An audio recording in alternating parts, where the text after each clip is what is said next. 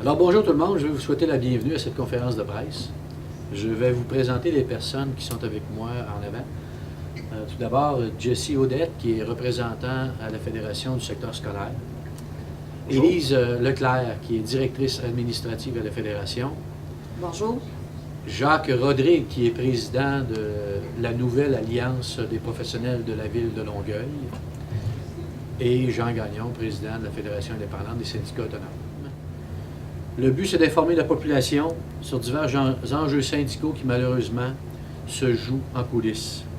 La situation est inacceptable et, puisque ça bafoue les droits des travailleurs, manipule l'esprit de la liberté d'association prévue au Code du travail. En vertu de l'article 3 du Code du travail, tout salarié a le droit d'appartenir à une association de salariés de son choix et de participer à la formation de cette association et ses activités et de son administration.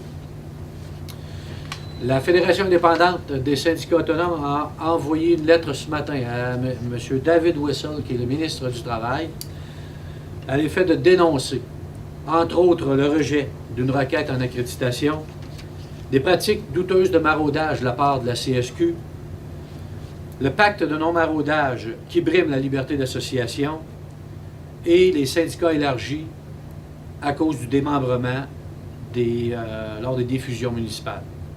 Parlons ici du dossier des professionnels de la ville de Longueuil, qui font partie d'une unité d'accréditation de col blanc, de brigadier, de sauveteur piscine.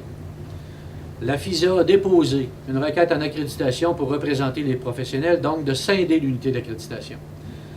Cette demande a été rejetée par le commissaire sous prétexte qu'ils ont des réticences à scinder les différentes unités.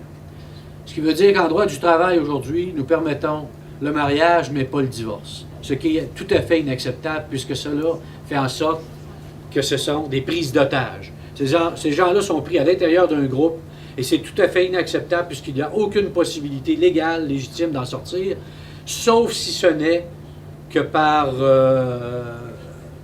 une acceptation des trois parties impliquées. Qu'est-ce qui justifie les trois parties impliquées? C'est assez simple. Si le syndicat est d'accord, vous comprendrez que pour donner son accord, il doit absolument s'assurer que le syndicat reste dans la même organisation. À partir du moment où le syndicat change d'organisation, le divorce est tout à fait impossible et cette prise d'otage est cautionnée par le Code du travail actuel. La Fédération, avec l'accord des professionnels de la ville de Longueuil, a pris la décision d'en appeler directement à la Cour supérieure du Québec afin de dénoncer cette situation-là et d'obtenir justice pour les gens, et enfin, les sortir de ce que j'appelle encore une fois la prise d'otage. Le Code du travail est-il là pour protéger le salarié ou protéger les cotisations syndicales à différents syndicats ou une fédération ou une centrale syndicale? Le Code du travail a été créé pour protéger les salariés et non pas ce type de situation que l'on considère abusive. Prenez à titre d'exemple les diffusions municipales ou le démembrement. Le législateur, lorsqu'il a permis le démembrement, a fait en sorte que les unités d'accréditation suivaient les salariés dans les nouvelles villes ou dans les villes reconstituées.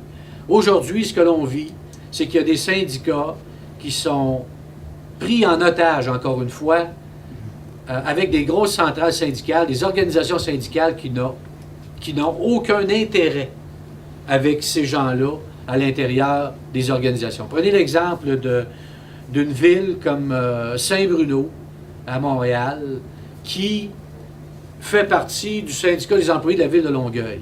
On parle ici de 60 employés col blanc, alors qu'ils ont une convention, ils sont dépendants d'un syndicat qui représente environ 800 à 1000 travailleurs, ce qui fait en sorte que ça crée un autre palier.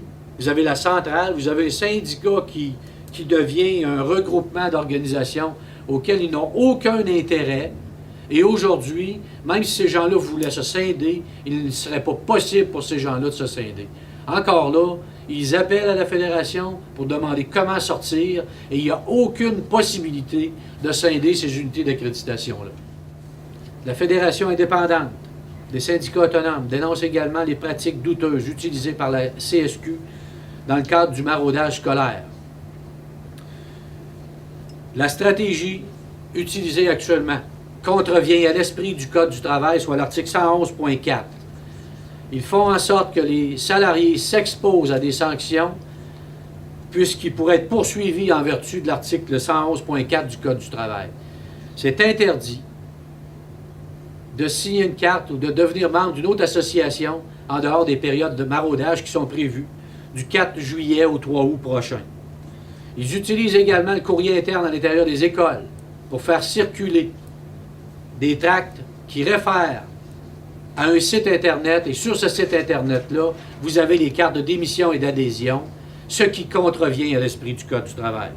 Que penser d'un syndicat qui agit de la sorte? La Fédération indépendante des syndicats autonomes regroupe 90 organisations, 90 syndicats, avec plus de 8000 membres. Nous prônons l'indépendance et l'autonomie et le respect de l'individu dans le groupe. Nous dénonçons les situations qui briment la liberté d'association et qui encouragent les salariés à se mettre dans une position où ils peuvent être poursuivis. Nous demandons donc au ministre David Wessel d'agir et de présenter sa position. Merci, je vous remercie d'avoir assisté à la conférence de presse.